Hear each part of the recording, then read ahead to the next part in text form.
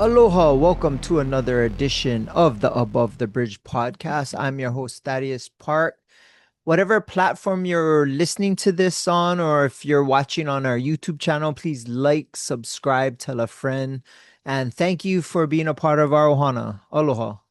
Okay, this week my guest is somebody I've just met through a friend, Ryan Souza, who's my friend, introduced me to this guy, and his story was super remarkable, and I am excited to bring him on my show. Nelson Sua, what's up, man? Thank you for coming on. And thank you for having me. Yeah, shout out to Ryan Souza, man. He's a solid brother.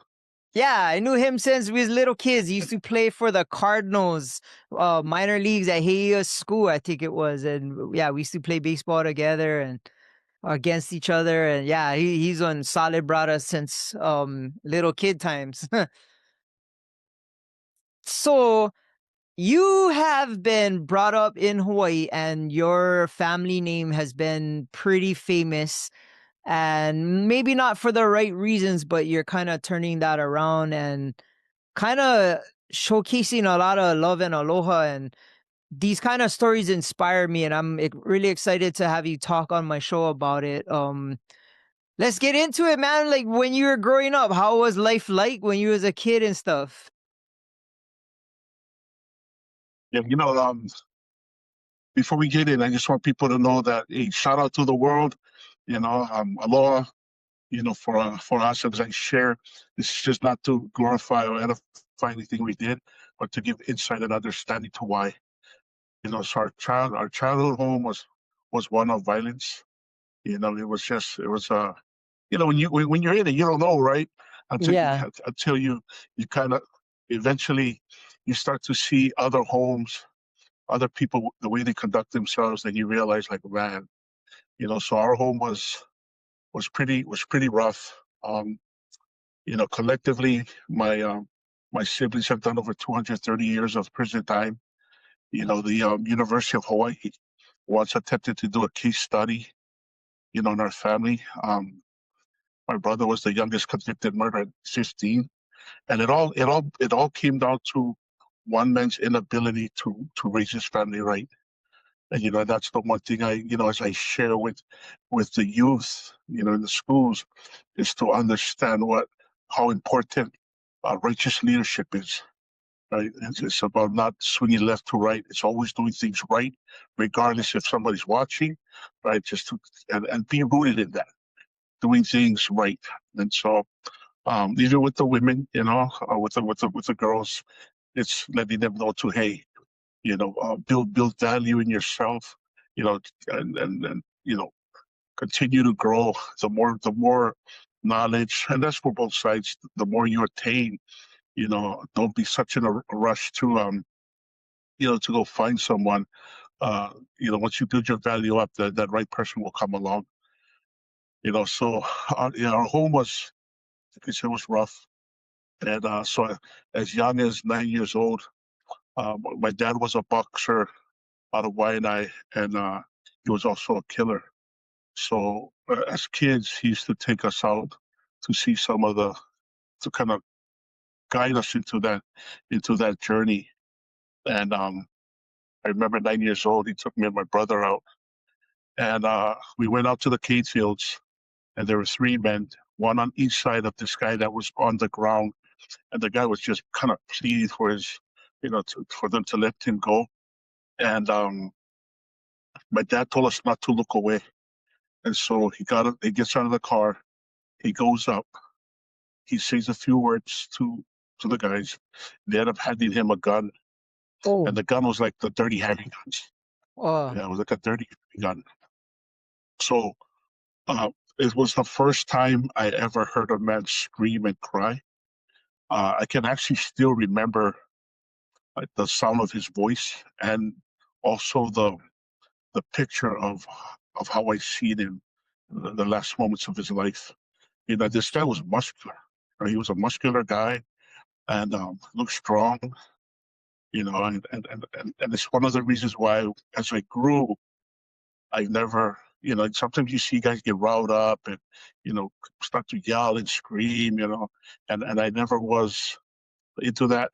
but because I always remembered what happened to that guy, right? No matter Yeah, how tough he was, no matter how big he was, or how dangerous he thought he was, in those moments, to see someone cry and beg for his life was something that impacted me. that's You know, crazy. and, yeah. And at 10 years old, my dad uppercuts my mom over the second floor. Right, and my mom, yeah, yeah. So my mom ends up hurting her neck and her back. And yeah, there's a lot of stuff happen, but those are I try to keep everything to a minimal just because I don't want to get too deep into it. Yeah, and it's understandable, and, like, as a child, being exposed to that kinda situations kinda leads you in a certain journey or a path, and, I mean, I'm sure, like, the rest of your family kinda experienced the same journey and path that you went on. Yeah, and then we labeled the Brotherhood of Crime, right? Which was an Yeah, article that was front page in the advertiser, right? Because there are 9 boys and 3 girls, and everyone chose that life because of what happened within the home. yeah. Um, So so as I continue to move through life, I ended up going into prison, and then I got out at 22 years old. And at 22 years old, I told myself, man, I got to do something different, because I knew that I had a daughter at the time, and I knew that if I didn't, change, that they might follow me into that kind of life. Yeah. So I was fortunate enough that, when people meet my kids, they're like, how did you raise such good kids? I said, man, everything that my parents taught me, I did the opposite. Yeah, and that's just the honest truth. Yeah. So, yeah, so I was fortunate enough that my oldest daughter got into Harvard. My Ah. yeah, my second one wanted to be a lawyer, but she's a lawyer of the faith, and she just got accepted into Philip Anthony Mitchell's uh, Bible Institute. Oh, Uh, wow. yeah, then I got a third one that gives me my grandkids, my two youngest that are still ninth and eighth grade, and so their upbringing is totally different from what I was accustomed to, and I'm grateful for that. Because even when I look at my grandkids, they're so happy all the time. You know, Yeah. where my upbringing it wasn't. So So um, you consciously made a choice when you had your daughter and consciously said, "Okay, I gotta do things differently and change my mindset to give her a better future and to keep myself in her life." yeah, yeah, definitely. Because if you don't do something different, nothing changes. Right? Yeah, yeah. So sometimes the battle is always within the mind. So for me, it was just I just wanted different for them or for myself. So whatever I had to do, and instead of in our home, all I heard was death. Right, as far as speaking death, my dad never spoke life into us. It Hmm. was always profanity. If profanity was a language, that was the primary language of our home. And my mom wasn't a drinker. She never drank. She never did any drugs. She grew up in the church, and but she couldn't save her kids. So all she would do is pray for them. Right? She prayed 2, 3 times a day as far back as I could remember, and she still does it today. Yeah, Well, I so think you changing your life is kind of her prayers being answered, right? yes, yeah, definitely. And that's why I would always encourage mothers say don't give up, just keep because there are mothers that are or women that are in that type of environment. To try and inspire, encourage them to have the courage to leave. Because that was the thing. If my mom had that courage, sometimes it's so they're so terrified that Yeah. just can't. So yeah, so I started to everything was going fine, and then at 37 years old, I found out that my dad wasn't my biological dad, Oh, and it crushed me because of all my siblings. I loved my dad the most. And there was nothing that my dad would tell me that I wouldn't do. And and when it was told to me, it was from a lady from family court because they were trying to find a placement for my niece who was heading down that road, and they tried to find family first before they sent them to another home, right? And Yeah. her name is Alofa, which means love in English. Wait, And Alofa who? Sorry. I don't know her last name. It was just that we only had that Oh, one, right? oh, Yeah, so she found out like, hey, what is how come nobody sends the granddaughter to the uncle in the mainland? And her coworkers told her that he doesn't want her there, and which was kind of strange to me because I was like, man, I was taking care of all the bills for them and all that. She thought it was strange because of the custom is always, hey, if we'll raise the kid, right? Or yeah. if marriages don't work out, we bring the kid and we raise him. And so she went investigating. She went to Triple Hospital where my dad was in because he was a vet. And she asked my dad, and my dad blew a gasket, Oh, like cussing and saying, "Oh, he's not worth it. He doesn't have any a say in anything." Right. So as she's telling me this, I'm like, "What? Why would he say that?" Right. And so she went and she took my mother shopping to try and figure out what happened. And it was during that interaction that she found out that my mom told her that I'm not his biological son. oh, And when that's she, heavy. yeah, man, and when she told me, oh my God, man, I broke down like a baby. I couldn't breathe. I was hyperventilating, and even she couldn't believe it. She was like, man, I said, I'm sorry, man. I didn't know you were gonna take it like this. I said, man, there's no reason for you to lie to me because you don't know me, right? So I believe what you're saying, but what Yeah. you don't is, man, this man would put me through hell. It was Yeah. like a domino effect of why there was a lot of things in my life that I couldn't do, but my siblings could do it. And I'd be thinking like, oh, we just didn't have the money, right? So yeah, so it just crushed me in a way that it sent me down to in a darker pit, So Yeah. and I was stuck there for a while, trying to, you start to feel like, man, you wasn't worth the truth, and you wasn't worth anyone coming and looking. Yeah. Man, that's kind of like feeling, man. I don't wish that on anybody. You start to move with no identity. And like, where am I? Then I wasn't worth this, worth that. So yeah, I ended up going down a deep, dark path, and um, it's crazy because even a lot of my health issues was because of that. Because Mm. once I went down in that dark hole, I went all the way. I didn't work out, I didn't do nothing.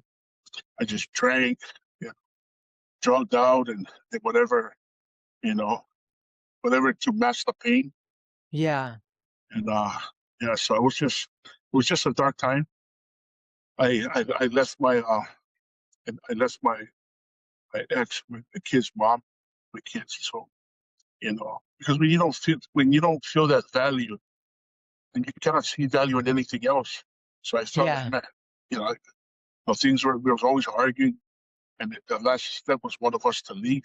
So I left, and so even now, as I look back, I see the importance of having a man in the home. And, Yeah. and I read a statistic where if a child that goes with his or her dad is more likely to succeed than with the mother. Really? It's, yeah, so Oh, so that's it's good news because I have custody of my daughter. And yeah, yeah. but that's how important the male figure is. So I was able to witness that myself as I went through, and you know, just going through life trying to figure things out. I ended up getting into an automotive business, uh, and I had this dream, and everything was slowly coming to fruition. And at the last minute, the plug was pulled. But I was going through this dark time, Hmm. and I was starting to take fentanyl pills. Right? It Oh, wasn't. Yeah, I wasn't hooked on them. It was the only thing that could actually make me sleep. That Oh, was the only thing. I tried everything else, but the stress was so bad. And then I had two friends that actually, came in my life and tried to pour, Jesus into me, right? And I wasn't hearing it. you know, wasn't but receptive yet. yeah, I wasn't. They were one wanted me to come to church, the other one was wanted me to come to church and outreach, and I declined both of them. And then one day, not knowing that they both knew each other, they just happened. One came at say like 8 in the morning, and the other one came right at 8:05, and Oh, happened. Yeah, and then we all like, hey, everybody knew each other.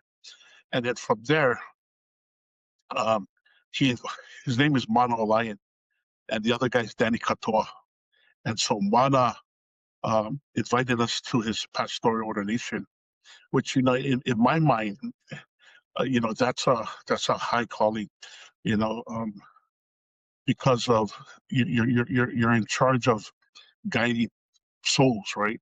yeah. So I thought it was an honor to come. I've never been to one, and in this dark time in my mind and in my life, Danny couldn't make it, so he said, "Hey, can you go for both of us and represent us?" Yeah, I'll do that.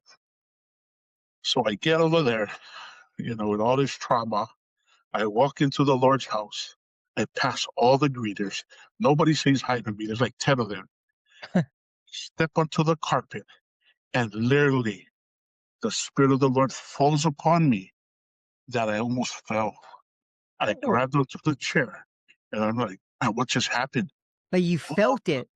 yeah, all the stress and the pain was gone just like that.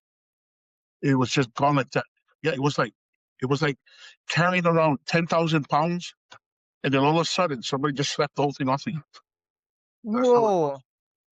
Like, Yeah, and you felt it, noticed it, like immediately. yeah, immediate. Was immediate. It was like I, I, I didn't want to leave the church. I was like, man, I don't want to leave the church because if I do, all the stress might come back, right? But Wow. but what happened was when it happened, it took me back to when I was a child.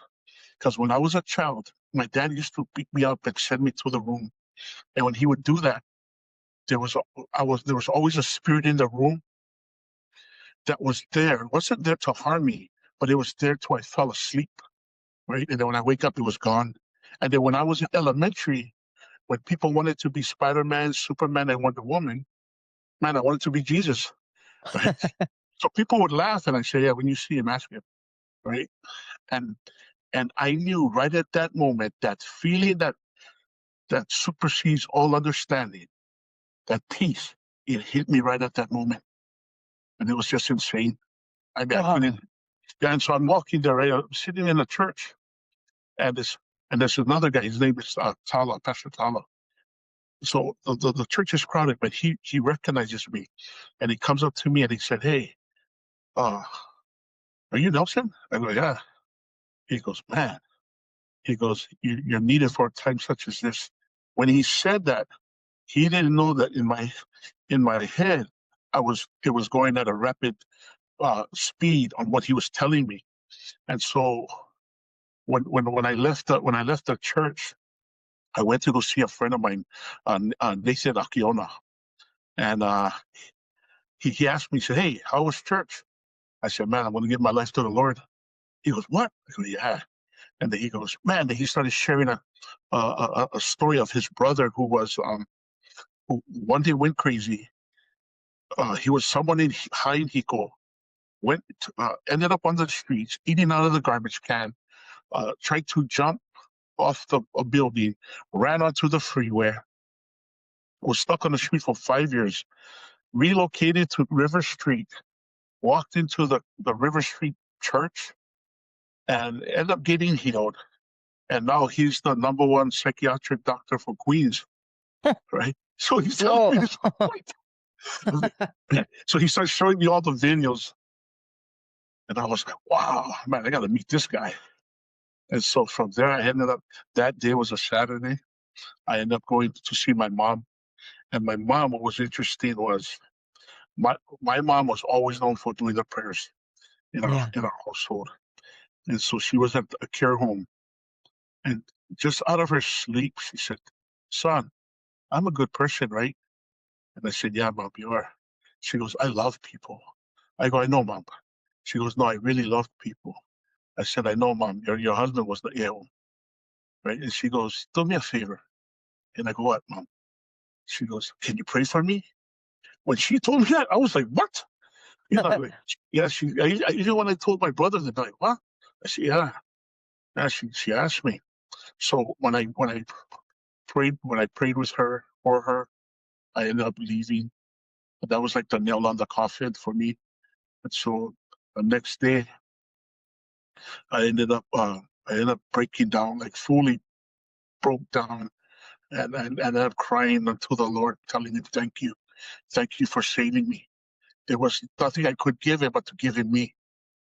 I stepped 2 feet into the spirit world. I leave nothing behind. Take my kids, take my relationship, take my business. I'm ready now.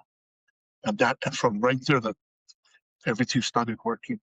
My Oh, was that powerful feeling?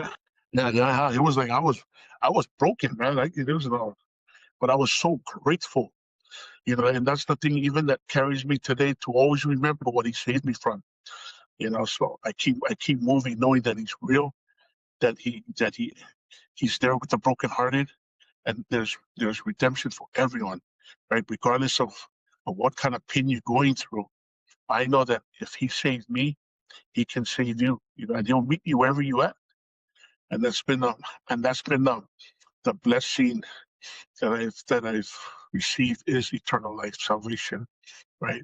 And so Okay, stop. Let's take a break. I want to shout out our sponsor, Defend Hawaii. They have some new stuff that just came out for summer. They're at Winter Mall at a store called No One. If you go to their website, defendhawaii.com, and look what they have, pick all the cool stuff you want. And then when you get to the checkout, use promo code ATB Pod upon checkout, and then you will get 15% off your first purchase. Defendhawaii.com. Let them know Above the Bridge podcast sent you. Aloha. as I continue to move, I started a ministry, right? So my ministry is called Boss Ministry, right? And Boss is an acronym for the Battle of Saving Souls. Um, the slogan is bringing the lost to the cross for the boss at any cost. Yeah. So That's so good. yeah. So for me, it's a mindset. So that is always at the helm of my thoughts, and wherever I move, may it be in familiar or uncharted waters, right? May it be with people of influence or people living in the bushes, right? People that are in the prisons, the youth that are in the boys and girls homes. I move with that in mind, that everybody needs to break that pain. 'Cause the pain, it causes a lot of anger in a lot of people, and people Yeah. just don't know how to let it go, right? And it's That, that's the main thing, like letting go. You cannot heal if you're holding on to it. How yeah. how was your life? How were you able to make that switch? Was it like a gradual thing, or you could just flip the switch and like that negative feeling or the anger and violence never came back into you? It was, or you had to fight it like on the daily, mentally. Yeah, you got to remember now the family I come from. My dad instilled in us one way of thinking. So, Yeah. so, so, even though my siblings, a lot of their battle was physically in the prisons, right? And because of so much brothers, they scattered them across the U.S., right? And so, both in state and federal prisons, my siblings have done time, and they all, by the time they were 19, they were sentenced to 20, 30-year prison sentences. So, being from Hawaii and going into the mainland prison, now you're dealing with a different types of people, right? You got the Hispanics, you got the African Americans, you got all these other races, and everybody is in prison. It's only the strong survive. Yeah. So my brothers and even some of my cousins who were in there. that's the thing. Even my cousin, he just got out. He did 42 years. Oh, Yeah, he went at 17 and came out at 58. Doesn't do any drugs, but because of that mindset, they went in, sent to the mainland, and to stop any of the other nationalities to try and take advantage of the locals or the Asians. They were kind of like the enforcers, right, going in and we battle and there's a lot of solid guys in there, and that's the thing a lot of people don't know is that even in prison you got good and you got evil people, yeah, bad people. So um, they made a name in there, not looking to do it. It was just the work that they put in. People started to elevate them to that shot caller status, which is kind of like a general in the prison system, right? Because they know that you're not afraid, that you care for the organization, and especially among the um, other nationalities and other gangs, you need to be a part of of, of like protection, right? So yeah. so there was like if he was from Hawaii, he didn't, he brought you in and made sure that you're okay. Because there's a whole, yeah, it's crazy because, in Hawaii, sometimes they battle each other, but when they're in the mainland prison against everybody else, they all start to unite. Yeah, Common enemy, that's why, yeah, huh? yeah, yeah. So, for me, the hardest part was forgiving my mom, right? Oh, Because, man, you should have protected me. You yeah. could have set me away, right? And I remember when I found out, Oh,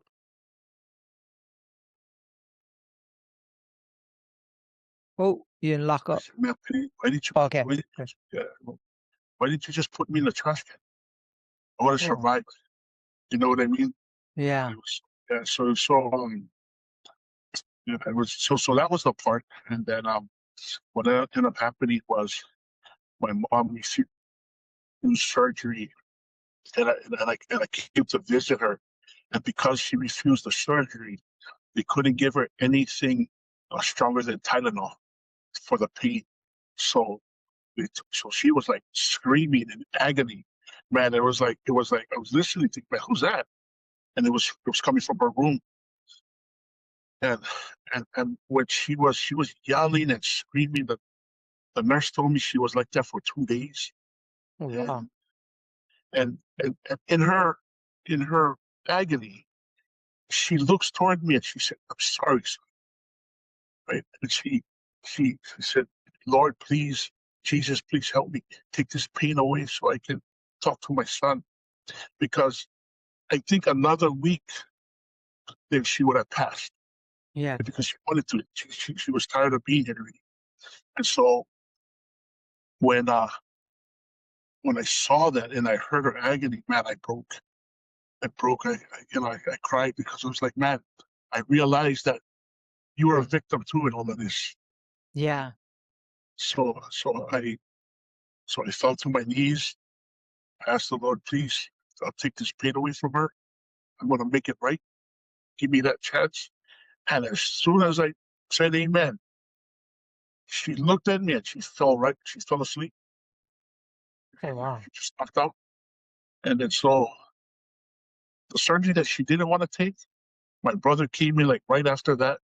And then 5 minutes later, he comes to me and says, "Hey, mom wants to do the surgery." Oh, So wow. the very next day, they they took her into the surgery.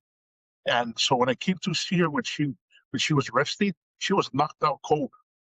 I come walking in, and all she did was look at me and said, "Son, thank you," and fell right back asleep. That was it. Yeah, That's crazy. yeah. And So from then on, you kind of change your life and start moving in a new direction. Um, from then on, how has God been helping you, or how has God been using you to do His work for other people? so for me, it's never. I look at the life of Christ. If you look at his life, he talked about the kingdom, right? And he also walked what he preached, right? And he walked it with humility. And of course, he had all the things that we fall to. He had all those things, all the temptations.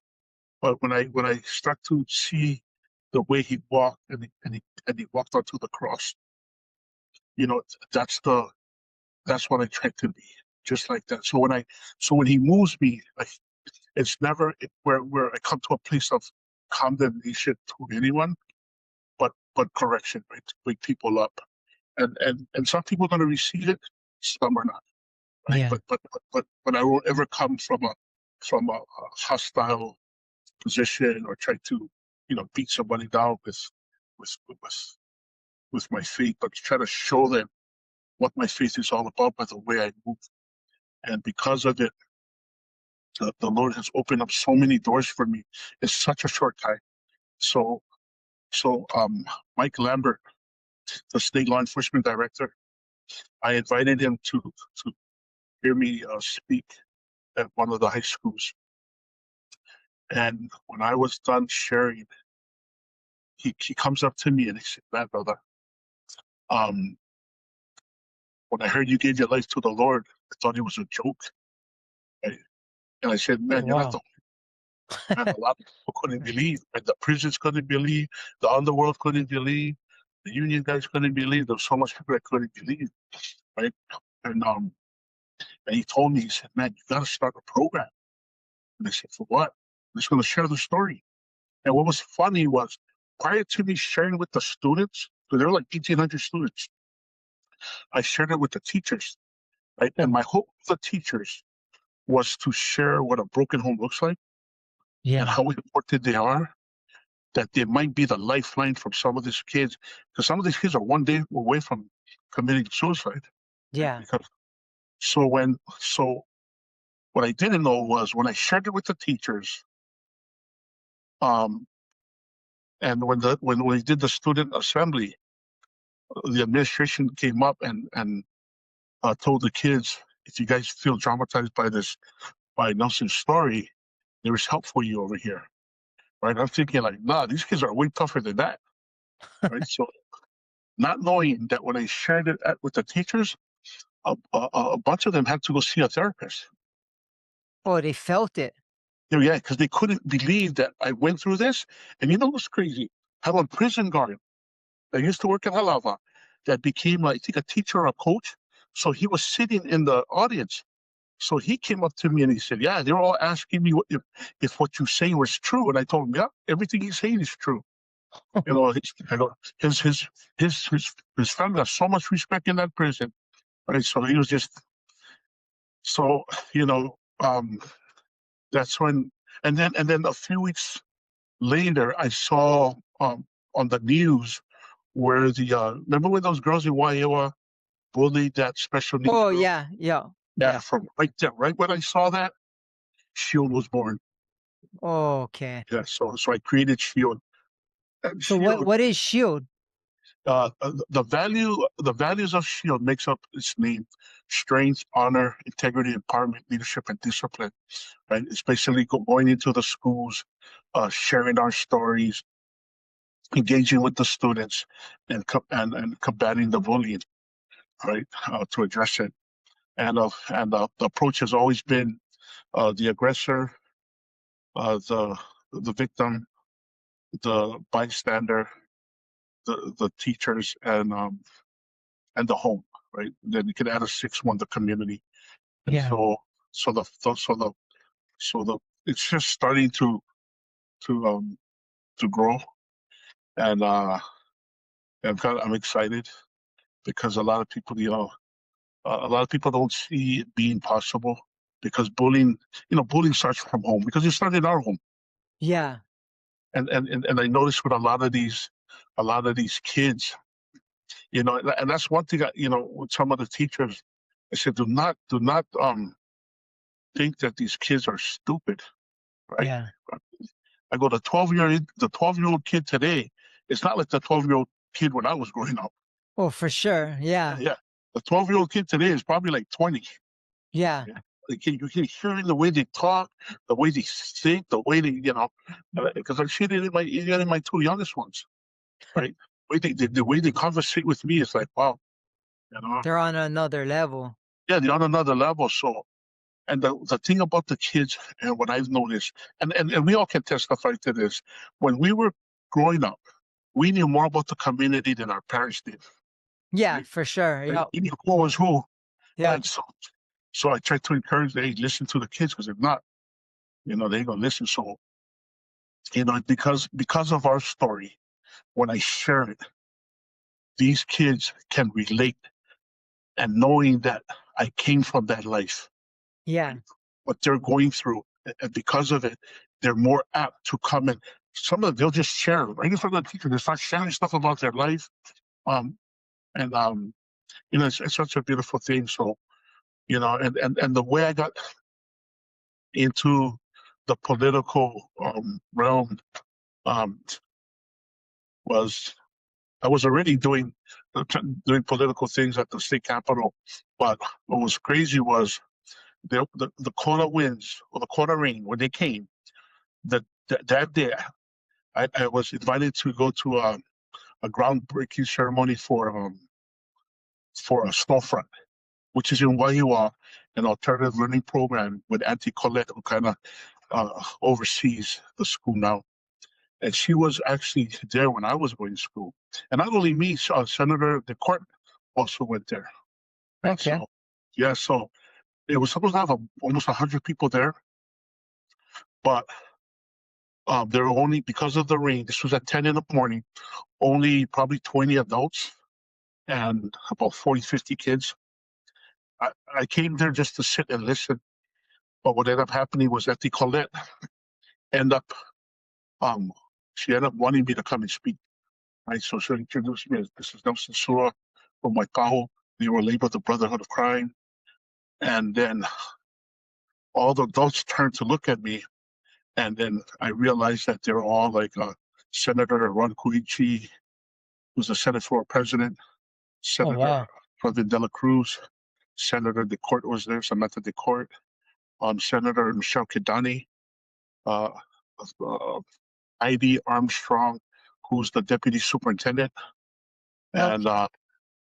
Cheryl Tuberville, who's the Senate Floor Communications Director, uh, the chaplain for Kamehameha Schools, and one of the board members from Waiua. Right, and so as I'm walking up, the Lord tells me to speak to the kids. So I gather all the kids together and I start sharing our story, but also encouraging them to do not give up. Because you're worth more than what you believe. Yeah. Whatever broken home you came from, whatever you know, death words that was spoken into you or over you, know that you can shake it. Don't let it shackle you, for the rest of your life, because many people do that, right? Yeah. So from right there, as I was done sharing, I saw some of the kids were already kind of wiping their eyes, and I noticed some of the adults were wiping their eyes. And when it was done, the political leaders came up, and Senator Michelle Kidani asked me, how do you fund your mission into the schools? I said, well, with whatever I got in my pocket. She goes, why? I said, because nobody came to save us as kids. Yeah. I said, I don't want the budget to be the restraint that this allows Oh, me reaching these kids.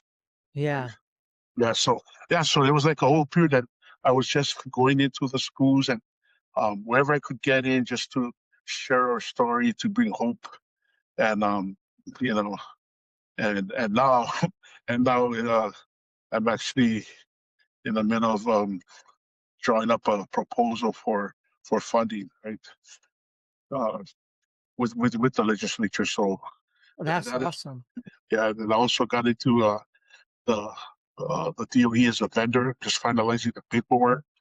Um, so so part of the with Shield, it's reaching these kids, and now I met with direct public safety director Tommy Johnson, right? So he's in charge of all the prisons, and because of who we are and what he sees and hears me doing, he felt it was right to try and help me bring me into the prisons to help with the to the gangs, trying to get all the new guys coming in to not join the gang and try to have other people that are in the gang to kind of quit, Yeah. right?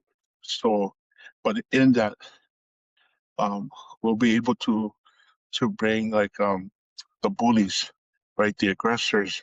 We'll be able to bring them into the prison, so they can kind of see that if they don't, um, shape up, that this is where they're going to end up. Oh, that so you're bringing kids that are bullies into the prisons to help wake them up a little bit. Yeah, yeah, it's a Oh, whole wow. spiel of things. It's not only the prisons, but it's the police cell blocks, Yeah. like the Shriners Hospital, doing outreaches in the community, in the houseless camps, the medical examiner's office, right? So they can tell them about um, alcohol, drug, gun violence, Yeah. suicide for minors, and what their professional and personal experiences about what they do regarding kids. Yeah. Right? Yeah. How So mu- how much is bullying affecting kids in Hawaii right now? Because growing up, I was bullied, and I've been an advocate about people against it, and I understand. I know how it feels like to be bullied. And one thing that's happening in the community now is these kids get bullied at home, and now with social media and how the outreach is 24/7, they get bullied when they're home in their safe spot. Like people start talking bad about them on social media, and these kids can't get away from it. And it's getting kind of scary. And I don't know what causes people to act that way and do stuff like that, but for programs like how you're creating it, giving kids who are getting bullied hope at least, and it's also showing the severity of you acting that way as a bully. and then that's the part, right? So even on the victim side, right? We also mentor them as well, and so we bring other victims who are now, like, say, they're they're in the military. I got some guys who are strong men, strong women, law enforcement, public safety, and these are all people with a story of being victimized, being bullied. But now when you look at them, they're like this, fit. They're in shape. So that way they can see, and then to have, because sometimes when they're victimized, they don't want to go to school. Yeah, So for sure. yeah, so we setting up a program where they can be tutored to help with their grades so they don't fall behind. Um, and also trying to have an on-school presence, and so yeah, so there's a lot of factors that come into play in this movie because there's so much. Like you said, it all starts from home.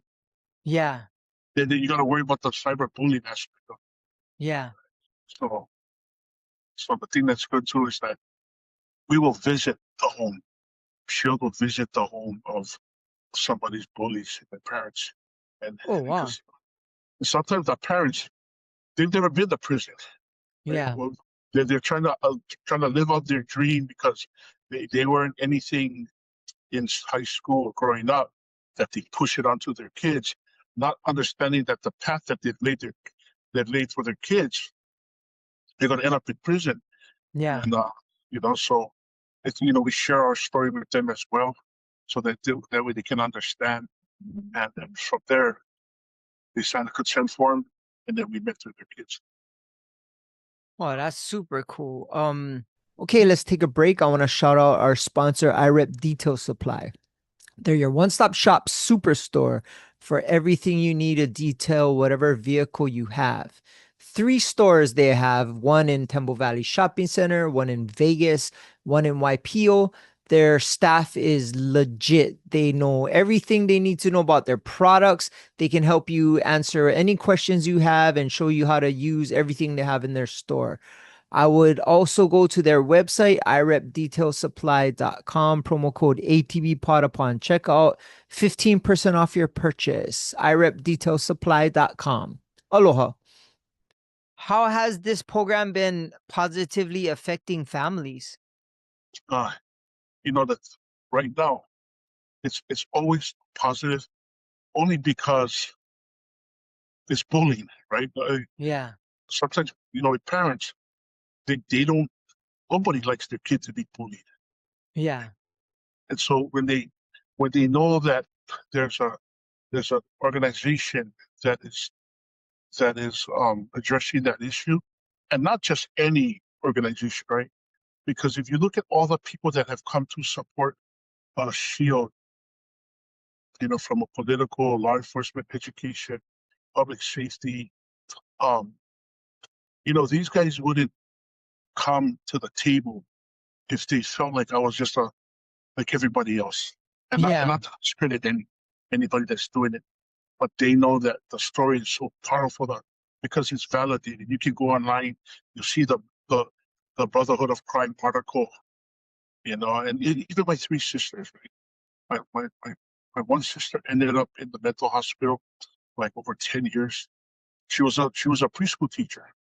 oh wow, All my three sisters turned to prostitution, right? Because of, like I said, everything was at the home. They ran.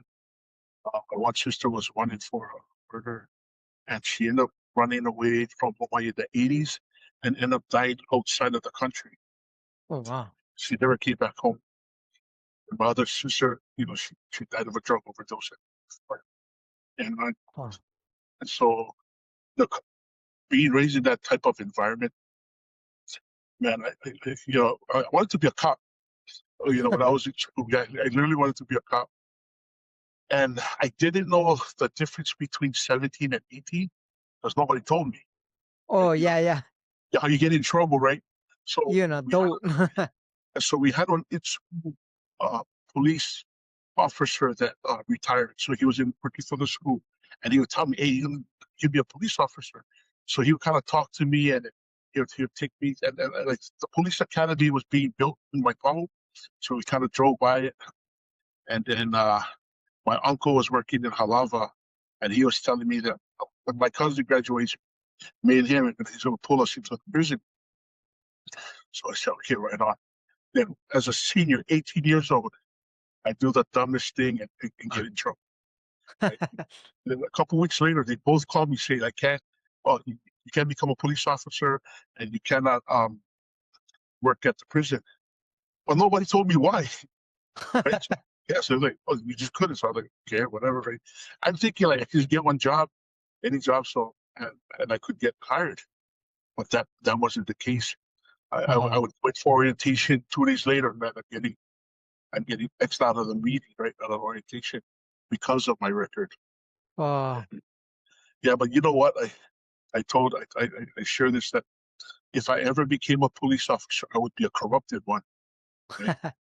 And not one that takes bribe, but if you beat on your child or your wife, oh, eh, right, because that's what happened to us. Right? yeah, Just the feeling of hopelessness, right? Nobody coming, the school, the church, law enforcement, nobody came, and because of it, you know, all my siblings went to the street to survive, to run away from home, and the only thing they could do was cry to eat.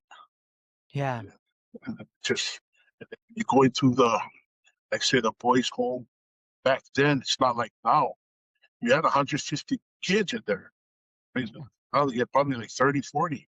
yeah, So there was a lot of kids, and even in the youth facility, there's going to be one guy that can, you know, rule the place or a couple guys, but so it was that. But you know what? For my siblings, I used to feel sad that they were going there, but I realized that they were more safer there than at home.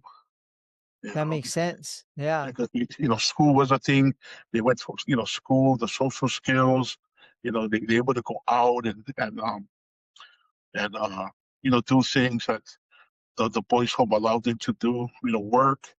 They did all of that. Where in our home it was just we were all locked in the room, and of course the verbal and the physical abuse would always be a daily thing. yeah. So Yeah. moving forward, where do you see you taking Shield and the work that you're doing? What is your goals for the future? Right now is, we're about one paper away from being a vendor in the DOE. Nice. So I'm just waiting for that paper to come in. Um, Once that is done, then it's of course it's going to the schools to share our story, and then also creating school clubs, right? Okay. So we can instill the values and create because a lot of the bullying now, you get somebody recording, and then in that recording, you see somebody else recording. Yeah. And it wasn't like that when we like that. You always had somebody that was willing to jump in Yeah. and do something, right?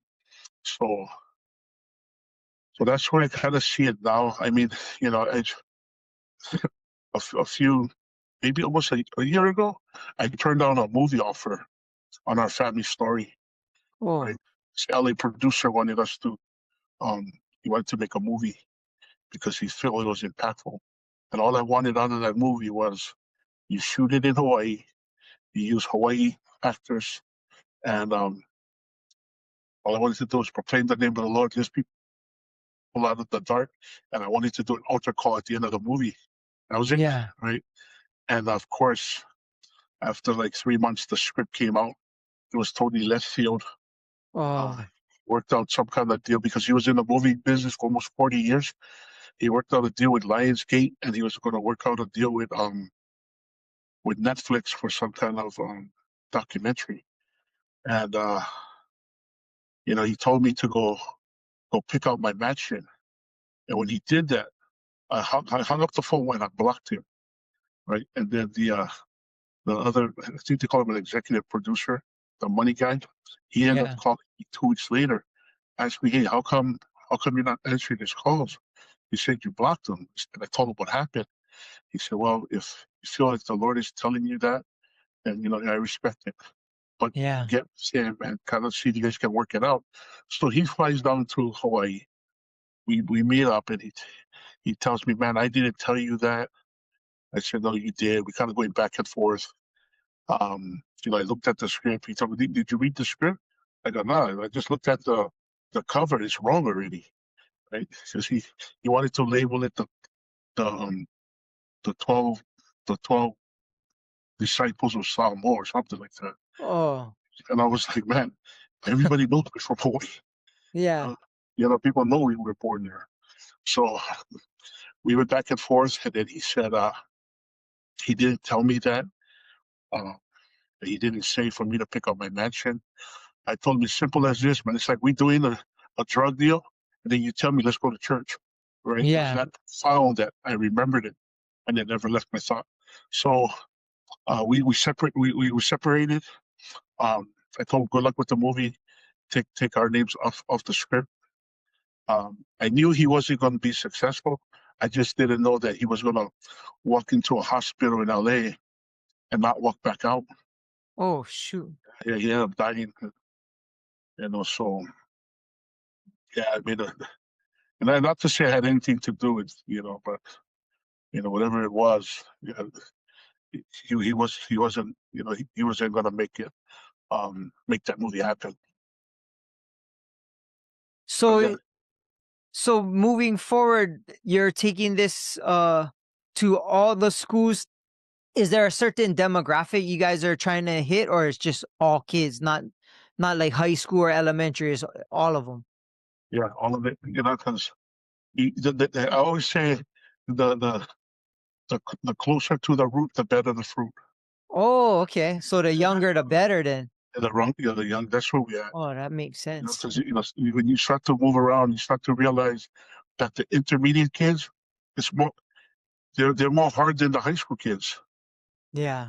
Yeah, um, so of course we have, I can't share my story like this to an elementary kid. So Yeah. so I have people that will actually, they're better looking, more, you know what I mean? They, I tell them, man, I'm rough, Uh, yeah, so I got I got team members that will do that. for the younger generation, for the kids.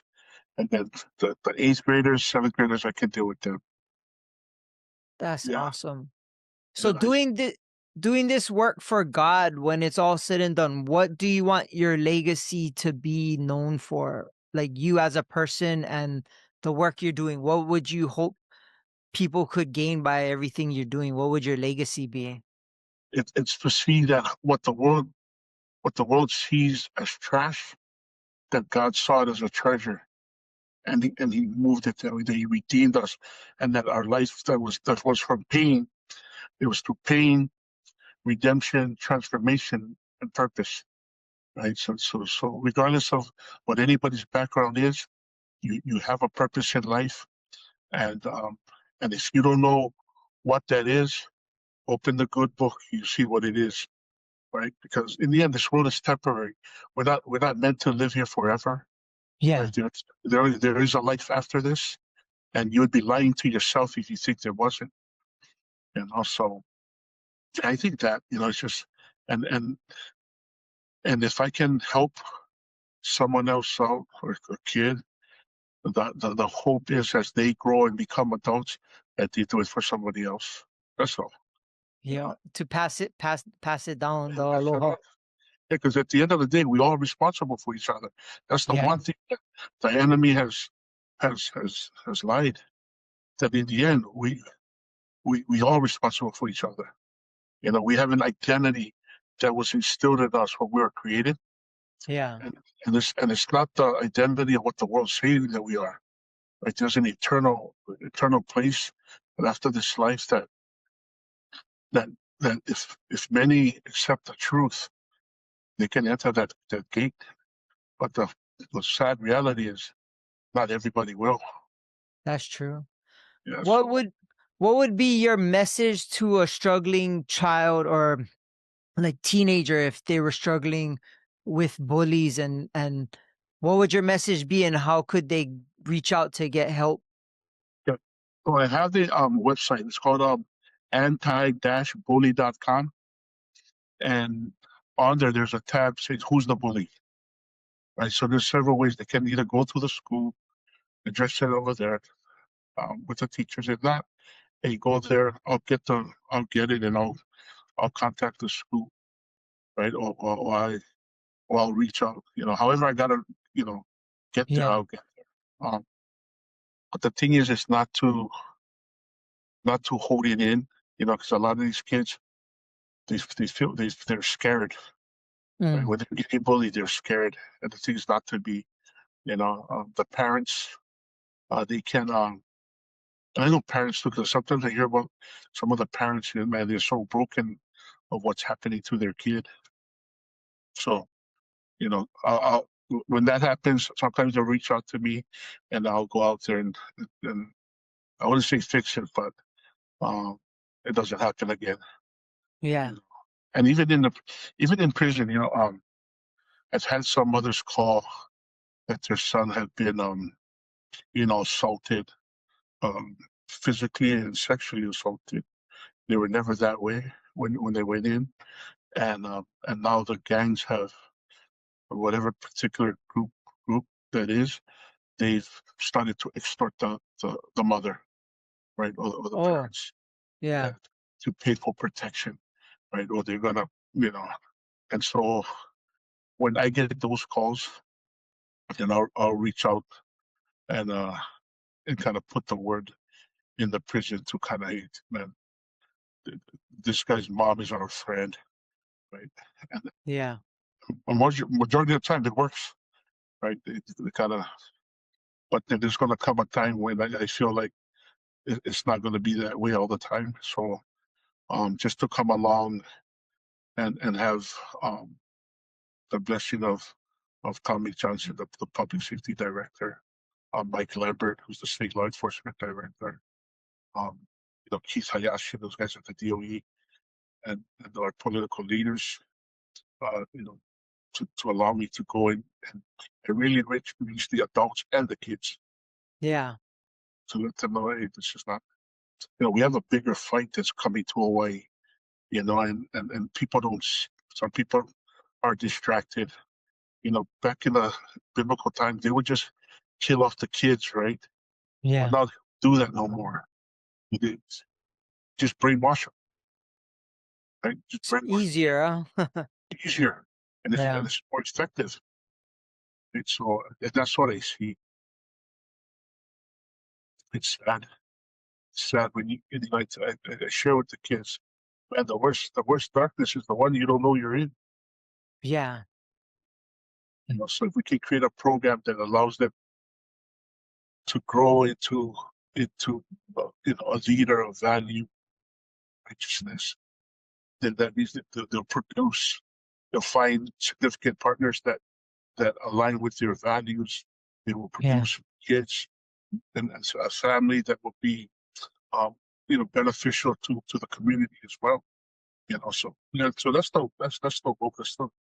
You know, I just know that the doors are all opening now, and so I just try to walk through every door that the Lord has opened. You know, But I think you're a living testimony of the strength that God can change lives. And I mean, to change your life from what it used to be to what it is now, that's not that's not easy. And it would take something strong as faith and God to to move you in such a way where it just makes you do a 180. And because of that and who you are and your name, it holds a lot of weight. And that could be the uh reasoning. That could be the reason why God chose you to be his soldier and put you through certain trials when you were younger. So now you're his strength and you're his warrior. And I mean, like, God gives his strongest task to the strongest warriors. And I mean, it's not, I'm not saying like, oh, it's a good thing you went through all no, that stuff, but I don't get some haters sometimes, right? Because and I remember sitting down with the mirror with Benji, and I told her, I said, man, not everybody's happy with my transformation. It's like, why? I said, because some people have been in that room, that space for so long that when somebody else comes with a stronger story, man, yeah. instead of opening the door, they just lay stumbling blocks, right? But they don't ever realize that, man, I would have done anything to trade childhood with you, because a lot of, because when I gave my life, people said, I remember this, the LNR officer told me, he said, brother, don't get corrupted. I said, man, I said, people tell me that the devil was going to come, and my response is, he goes, what? He already came. He destroyed our childhood. Yeah. You know, and it came with, I think I shared earlier, my oldest brother hung himself at 22. Oh, Sister died of a drug overdose at 24. My kid brother shot himself at 27. So a lot of my siblings that even passed away even now, man, they died alone. yeah. It's sad when you start to understand the story, then you realize that, wow, it is now I understand why all of it happened. And I tell people, Yeah. hey, 12 kids didn't just wake up and say, hey, let's go to jail. Yeah. Yeah.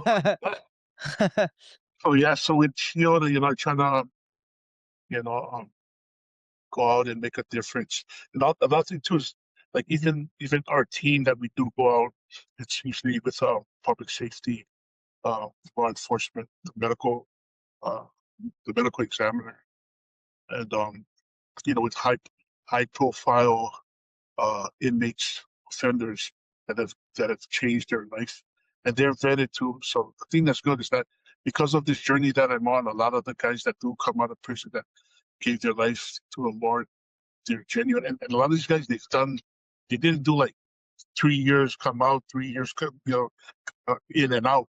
They did like 20, 30 year stretches. Raw. So they learn, Yeah. and and so now they just want to make a difference. And a lot of times, with people in general, that's the one thing that they feel ashamed of is their past, Yeah. right? And I hope that as I share ours one, that it allows them to go, oh wow, Now, mindfulness is not as bad as I thought, right? Yeah. And share it because there is someone in the harvest that is praying for your story. And if you do not share it, that person might have to stay in the dark a little longer. Wow, I So, never thought of it like that. Like you're kind of responsible for maybe helping somebody else heal or yeah. make a movement. Okay, let's take a short moment to shout out our sponsor, Medicinal Mushrooms Hawaii.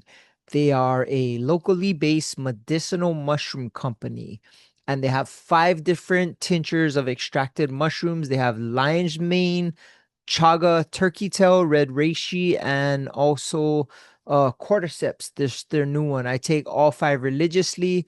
I'll take everything but the red reishi in the morning. I'll take the red reishi at night to help me sleep good. But each one of these mushrooms have amazing medicinal properties and give you help in over general health. If you go to their website, medmushroomhigh.com, they will explain to you exactly what properties these mushrooms can do for you and your health.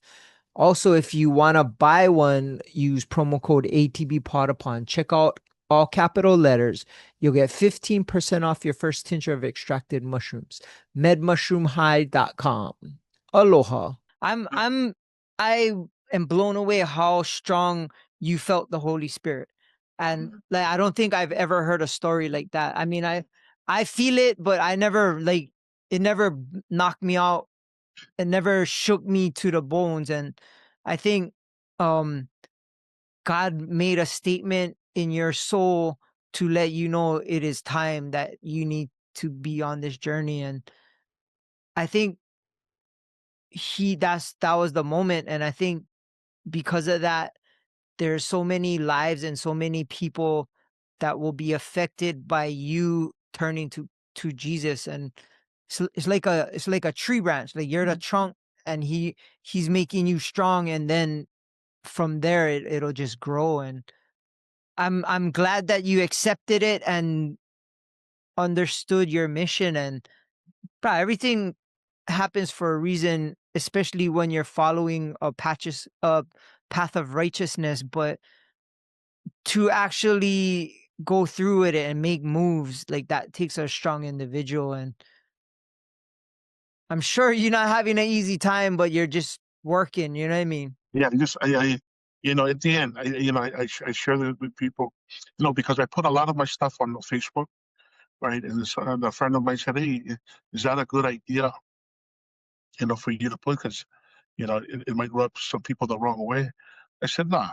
I said, "I'm letting you know what Jesus has done for me when I got saved, right? So Yeah. you can see this journey, right? And it's not to to to brag on anything, but to give, to hope. Hey, man, inspire, encouragement, right? And it's so crazy. I didn't share this, but when I got saved, the first place I went into was the cemeteries, right? I started to go to the cemeteries at 2, 3 in the morning because I was called to go there. So as a kid, Really? yeah, so as a kid, man, I hated cemeteries, right? And I could feel the chill when I walked by them. Yeah. And my daughter, my mom, and my brother, they can actually see spirits. And so when I went in, I remember looking at because this was like at almost like 4, 5 in the morning. I was like, man, are you sure? And I am going in, right? And I started with authority, started to to bind whatever was in there to cause harm, and send it into the depths of the hell. And it started to feel that I would pray, and it would feel like even though I was there at 2, 3 in the morning, 4, it felt like it was only 12 o'clock in the afternoon. Oh, Right. wow. Yeah, but I would feel when I walked in, I would feel it. I start to feel all the pressure. But once I'm in there and I start, you know, um, praying and rebuking, then it clears. And people tell me, why would the Lord send you there? I said, because He needed me to know that He was with me in the darkness of the dead, the power of the name of Jesus, and my Yeah. love for the cross. because I almost ended up in there. Yeah, Right? for sure. Yeah, so it's crazy. So yeah, I don't go in there anymore. But there are times, yeah, there are times when I do walk by, I can feel it again because it always will come through my shoulder and then back of my neck and then work its way back on my back. So How easy or hard was it for you to learn how to communicate with God? Or you always had that and just never knew it? no, it was crazy. Even the way I speak now, when I got saved, I remember uh, the pastor asking me to share. He gave me like 30 minutes. And I'm over there like, yeah, all right. And when I was done, I thought I was there for like, 30 minutes, or at least close to it. Man, I was only up there for 5 minutes. And it was hard. It was hard. But I remember a good friend of mine, um, I asked him, hey, pray for me. And he goes, what? He goes, man, pray yourself. You got a direct line with him. And I was like, oh, really? He said, yeah, there's no wrong way. It's just, Oh, it's a condition of the heart, right? yeah. Yeah, yeah. Yeah, so yeah, now like for me, it's like a daily thing. Like I'll talk to him as I drive, or or Yeah, I, or I thank him for where I'm at now. And I just tell me whatever door you want me to walk through, open it. I'll walk. So and then and then he's allowed me to when I go to the prison, the schools, the state capitol, in the houseless camps. I noticed that a lot of the problems that we do have is because there's no unity within the state capital, right? Because you got yeah. so much division, and they fail to understand that if you put God first, everything falls in line. That's very true. I love what you just said. Like, there's no wrong way if it comes from your heart. Yeah, So that means anybody can pray to God at any time, any way, as long as you're coming from a righteous place. yeah, because And He knows. It's yeah, not like you don't know, it's not right? something you need to practice or learn. It just Yeah, you don't. just do them. He knows. He knows you're playing games or you're not. So yeah, it's just been such a blessing. You know, um, I don't have everything that I used to have, but the peace that I needed, I got it. So I wouldn't trade that for anything. So you can sleep like a champ now. Oh yeah, yeah, but I know too that because when I got saved, I literally thought I was just gonna go to church every Sunday and that's it. You But didn't realize God was going to use you as a warrior for him. yeah, then as I start to look at all the things that plague our nation, you got this whole pride movement, then you got Yeah. the Muslim movement. Everything is like it's just crazy. And even the pride movement. I got friends that are transgender, and even with them, they know where my heart's at. At the beginning, it wasn't so, but like I told them, I said, "Man, your sin is between you and God, but I love you guys. Just know that, Yeah, but also know that even in your guys' movement or organization, there are good and there are evil people that have other intentions. for Right? sure. It's just no different. It's no different in life. You got good people, you got bad, you got evil, and it's hard to decipher those. But you're always going to see them through their fruits, right? The way what they produce. Yeah, That's all. For me, it's reaching the kids. It's taking them to a place where they can see that if this is the journey that you're gonna go on, when you start to trying to hurt people, or this is the reality of where you're gonna end up. And sometimes people, teachers ask me, or principals, they say, "Oh, so we just bring out the kids that are troubled?" And my response is, "No, bring them all, because what you don't see is that today you're good. yeah, 10 years from now, you might not be right. You're gonna go to college, and I want you to know when you get to that point where you can hit that fork in the road and somebody tries to give you something or force you to go do something that you know you're not supposed to, you can say, man, I remember when Uncle Nelson shared about prison or took me through the prison, man. I know, like, That's the difference right there. yeah, yeah. So Yeah, it's just, so good. no, I just feel like God is moving through you, and there's so many different avenues that you can work on both sides of the fence. And it's cool that you're not ashamed, or you're not dismissing God's plan for you. You know, it's. I tell people, man, I'm short on time. You know, and somebody told me, no, you got all the time. Yeah, you got all the time until you run out of time. Yep. Like all those guys that didn't wake up this morning. I'm sure last night they said, hey, we're gonna do this tomorrow afternoon. We're Yep. gonna go to the movie at 7 o'clock at night, and what? So that's why I'm well aware of the time and Yeah. however I can maximize sharing our story to reach the lost. I was you got the blind, the broken, and the brainwashed. Yep. Yeah, we gotta reach them with the kids more so because they're the future.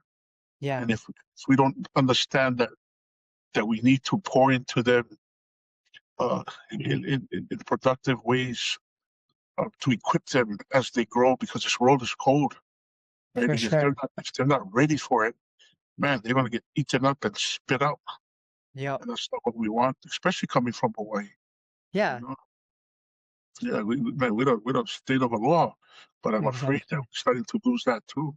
Me too. And that's why I'm having more people like you on my show. Cause like I said before, on my show before, is we're the beacon of aloha. It has to start here in Hawaii. It Absolutely. has to, and it can radiate outwards, but it gotta start here in Hawaii, and it has to start with one single person making a single conscious choice, and then another person, and another person, and then we're gonna have the Hawaii that our parents had, Yes. and that's what the goal is. Because once it's gone, it's gonna be even harder to get back. And I feel like our younger generation, the parents now aren't finding it as important to instill that culture in our kids. But I feel like they're it's still there, and there are people that are, and we the ones gotta be the ones, like we gotta be the aloha that the world sees, and hope it just grows from there. You know what I mean? No, a lot of the parents now, the younger parents, there are parents that came from parents that were broken. Yeah. It was like a generational thing, especially when ICE hit in the 90s, Mm. cracked into the African American community. ICE did to Hawaii, right? And and it, a lot of kids were ran to the street unattended, ended up in bad company, right? And so Yeah. and so they started to have kids, and they only teach what they know, right? They were abandoned, so they had to, you know, and then the thing just continued on, and until we make a change. But we need my friend Wayne Kaidi. He's running uh for a seat out of I believe Eva, but Pacho Paulo in Kapolei, and he said that what's needed is critical disruption to bring change. Yeah, for And sure. so, you know, when I look at so say like if there's a drug dealer that controls a block, how do you stop the drugs from in the community? Take out the drug dealer. Exactly. Yeah. So it's the same with even in politics, right? When you look at the problem, how do you stop it? How do you slow it? Right? You Change the go in, leadership. you go into you vote, you enter politics, right? And it's enough people. with the right mind, right love for the people come together, right? You move mountains. So even when I look at the Senate has 25 and the House Rep has 51, so that's 76 seats, right? So people tell me, oh yeah, there's 76 lawmakers. I say when I look at it, I see 76 churches, right? And only 12 of them is Christians. Oh, So it kind of gives you like one, and that's the reason why there's always and people always say, well, church and state don't mix. I said, man, when you read the word, King David was a king and a prophet. yeah. Right? So it's both biblical. Well, And, oh, good. no, it is this country was built on, I mean, Yeah, the slogan yeah, is in God we trust. So yeah. how can it not mix? You know what I mean? Yeah, Huh. and that's the problem. We've been brainwashed to think that it should be God, the church, and then go government. Right? The way we got it now is God, the government, and the church. It should never be that way. Yeah. And that's the reason why when you look at the same sex, the abortion, it started in Hawaii. Same sex marriage, it started in Hawaii. Right? It passed. It started in Hawaii, passed in Massachusetts in 2004, and came back in Hawaii in 2013, and then it passed. And then 2015, federally, it went through federally, and that's why you got what you got. Right? But Hawaii has always been like the pawn, right? Because nobody thinks about Hawaii. There's people on the East Coast that think Hawaii. They don't know that Hawaii's the 50th state. Yeah, for You just have sure. to eat your passport. Yeah, yeah. So yeah. I didn't mean to bring up the political stuff, but Oh, no worries. yeah, I just want people to man to know that, and it's hard because you get so much people promising the same thing, right? We're saying the same song and dance, right? And and nothing changes, right? They get into office, then they realize when you enter politics, man, it's not as easy as what you was preaching, and that's Yeah. why a lot of people that enter politics, when you see them in the next couple of years, they don't look the same. They don't act the same like when they first went in with all that passion to change the Yep. community. Right, right. 'Cause now it's the well, you gotta scratch my back, I scratch your back, Yep. And then and money gets involved. it gets involved. And the Yep. focus that they had at the beginning is not the focus anymore. Yeah, So we need righteous leaders in politics I because agree. there's a lot of people in politics that are scared too, right? Um, they're afraid that they're going to lose their position, or I mean, politics. Everything in Hawaii is tied to politics, Oh, right? yeah. Yeah. But the thing is that what we don't want, is that we be responsible for the misguiding and the lies to the people. I mean, I know how that feels like. Yeah. Sometimes I realize that I was lied to. It's like, man, I don't wish that on anybody. Yeah. So yeah, we'll see what the Lord has it in store. But I know one thing, man. I ain't afraid of the LGBT movement or the Muslims, right? Because I know the God we serve. I know that Jesus came and he not only taught us, but he walked what he preached, uh, and he did it up to the cross, and he's the way, the truth, and the life.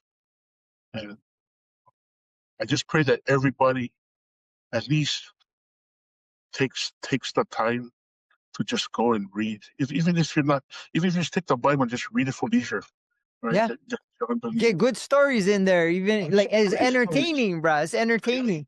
There's some great stories, man. You Yeah. look, wow. But then in that, when you start reading, just like anything else, or even ChatGPT, right? You start playing with it long enough. Eventually, it starts to know who you are.